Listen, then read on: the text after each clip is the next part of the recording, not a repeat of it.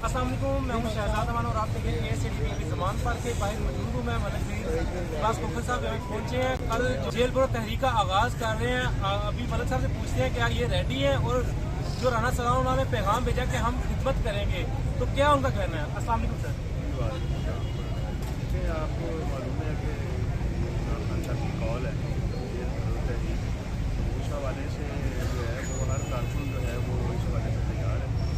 और मंत्री राना सलाउल्लाह की जो आपने बात की है वो तो मुल्क दुश्मन है और वो तो अवाम दुश्मन है, और उससे हमेशा जो है जल्दी के आपका काम तैनात करते हैं।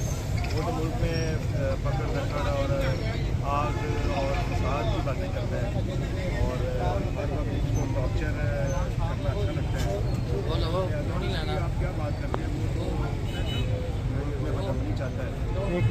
बाकी हमारा एक डिमांड है, हमारी इमरान खान साहब की डिमांड है कि मुल्क में फ़ौरन इलेक्शन करवाए जाएँ, और जो मैंडेट तमाम दे जिस पार्टी को, वो पार्टी अपनी हुकूमत बनाए।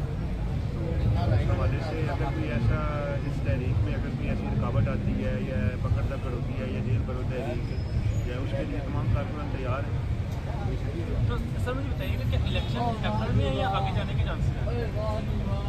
इलेक्शन जो है वो हम तो कहते हैं कि जी 90 डेज़ जो है वो जब से संघीय तहरीक हुई है उसके 90 डेज़ में इलेक्शन जो है वो अनाउंस हो जाना चाहिए था, लेकिन अभी तक आपको मालूम है कि जी गवर्नर ने भी नहीं किया, और इलेक्शन कमीशन को हाईकोर्ट ने खुद से इंस्ट्रक्शन दी कि आप जो है वो 9 या 16 अप्रैल की डेट रखें, लेकिन उनकी कान में कहीं तक नहीं रही, उन्होंने कोई उसका असर नहीं दिया हाईकोर्ट के डायरेक्शन का।